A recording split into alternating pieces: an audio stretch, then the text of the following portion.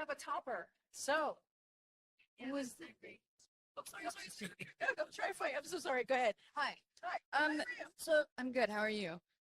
The president spent most of his day in Wilmington, and he left after the jury had been impaneled in his son's case.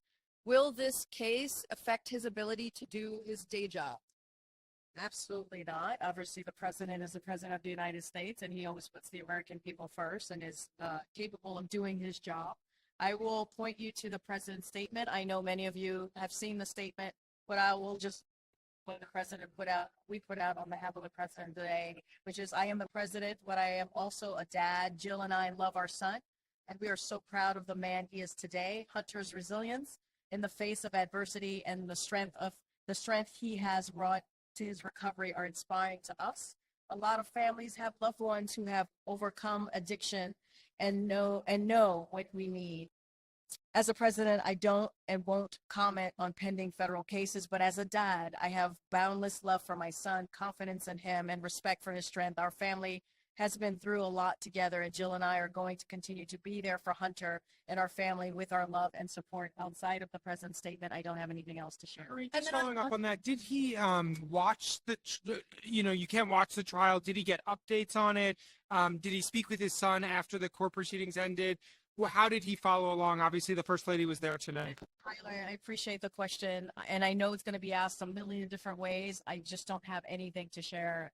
All I have to share with all of you is what we shared this morning is the president's statement. Can you share what he did today? We didn't see him all day. There was no schedule of what he did. Thing to share with you on and what I can say is the president, as you know, he made some calls.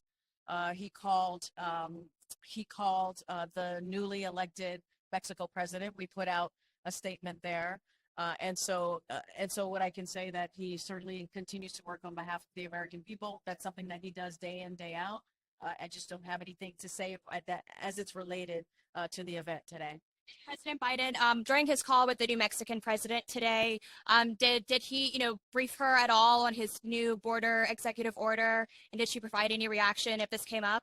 So look, I don't have anything to announce on all the reporting that's out there about what you just asked me about an EO and immigration. What I can say is we are constantly and will continuously look at all options to try and really deal with the immigration system, a system that's been broken for decades. You've heard the president say this. You heard the president take action. You saw the president take action on the first day of his tenure here as president when he put forward a comprehensive piece of legislation. I do not have anything to announce.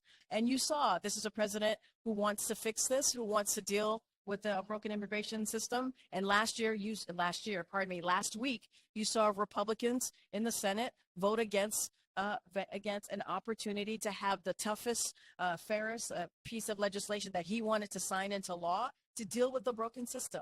So they don't want to fix the problem. The president does. I just don't have anything to share any of the reporting that's out there today. Earlier this year, the Qatari Emir today. Can you give us an update on the discussions about the ceasefire? The president was pretty upbeat about getting this done, but we haven't yet seen that from the region. So, what I can say is, obviously, you heard from the president on Friday speak to this. I can say Qatar transmitted the proposal to Hamas on Thursday night. Hence, the president speaking to this on Friday. The ball is in Hamas's court, and if it wants a ceasefire and relief for the people of Gaza, this is now in Hamas's hand to make a decision on. And so as you just stated, the president spoke to the Qatari government today. I just don't have anything else to say outside of the readout that we'll share, or if it hasn't been shared, it will share. Has he spoken to Benjamin Netanyahu again since his most recent call? And does he have any comment, or do you have any comment on the invitation and the now scheduled trip? Netanyahu will be here in D.C. while the president is in Italy. I don't have anything to confirm, any dates to speak to. I would have to refer you to the Hill. Has the White House been told anything about what happened with the New York Stock Exchange today? There seemed to be some technical issues this morning. To share from here, that's something for the stock exchange to speak to. Could you explain at all or describe the president's emotional state today? A lot was going on. You heard from the president directly in his statement. Outside of that, Don't have anything else. The president and the first lady love their son. They support their son. You've heard them say that. You've seen that many times in statements, and certainly in the statement today. I don't have anything else beyond that. Karine, do you have any updates in terms of the discussions on the proposals that President Biden made in the State of the Union address? One of those measures is to provide credits, tax credits for people, first-time home buyers. Are you optimistic that that will find any kind of, support in this very bifurcated Congress? I mean, look, as you know, from very early on in his administration, the president wanted to deal and has found ways to deal with home ownership and people renting homes as well. That's why the American Rescue Plan is so important. He put together a task force to deal with this. As you stated from his State of the Union address, he made an announcement on how to move forward to give Americans a little bit more relief.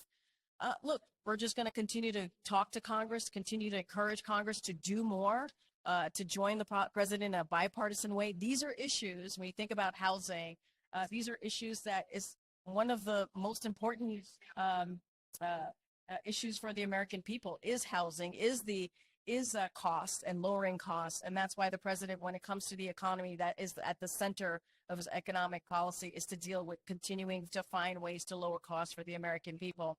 I don't have any news to share on that, but certainly that is a priority for the president. Do you have any comments? Nominate somebody to replace Marsha Fudge, sorry. Just on the housing, do you intend to nominate somebody before the end of the year, or? No new announcements on that personnel announcement. As you know, the deputy of HUD is now acting secretary. The president has full confidence in the leadership of the senior leadership at HUD, wants to continue to do the great job that we have been doing over the past 3 years. I don't have any personnel announcement. Do you have any comment on the criticisms that President Biden isn't going to this peace summit on Ukraine and Switzerland, and instead is, I know the vice president and Jake Sullivan are going, but a lot of other nations are sending their heads of state, and he'll be in California at the fundraiser. I mean, look, I know my colleagues at NSC has talked about this, and I'll just say, no one has been obviously a stronger champion for Ukraine than President Biden. We have actively participated in each of the previous Ukraine peace summits and strongly support President Zelensky's proposal to reach a just and lasting peace in Ukraine. As you just stated, Eugene, the vice president's going to go. The national security advisor is going. They're both going to DEN.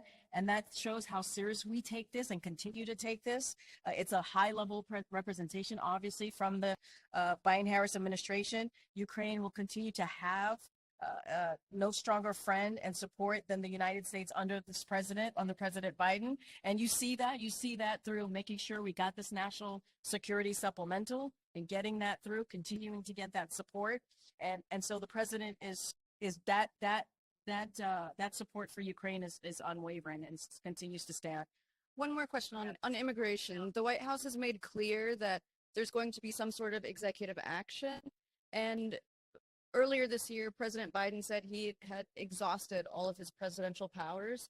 What has changed? I've always said, look, I don't have anything to announce at this time on any action that this administration has taken. So no announcement at this time. But what I will say, and we have said this many times, we continue to look at all options on the table and continue to find ways to deal with an immigration that has been broken, a system that has been broken for decades, to deal with the challenges at the border, which is something that majority of Americans care about. And we have said that we're going to continue to find all ways to do just that.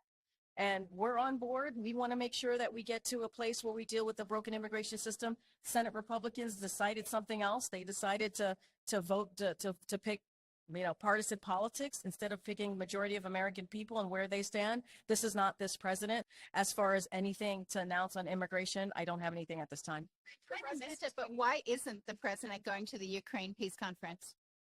Look, as you know, and I just stated in my answer to Eugene, is that we have always had representation at these peace summits in the past. It continues, and I have said, as in answering the question, this president has shown his strong support for the people of Ukraine as they're fighting against Russia's aggression. We have shown that for more than 2 years, making sure we get that support, making sure that they get the security assistance that they need. The president went to Kyiv, as you all know, a war zone to show how much he supports Ukraine and what they're trying to do in fighting for their freedom. He got NATO together. He got more than 50 countries to stand behind Ukraine. I don't think there's any other leader that has shown their support for Ukraine and the people of Ukraine and what they're fighting for, which is their freedom and democracy. You have the vice president going, you have the national security advisor going. That shows a high level of engagement for a peace summit, again, that we have consistently have been a part of, and that's not going to change. Did the president engage in any debate prep over the weekend? How has he been? Share on that.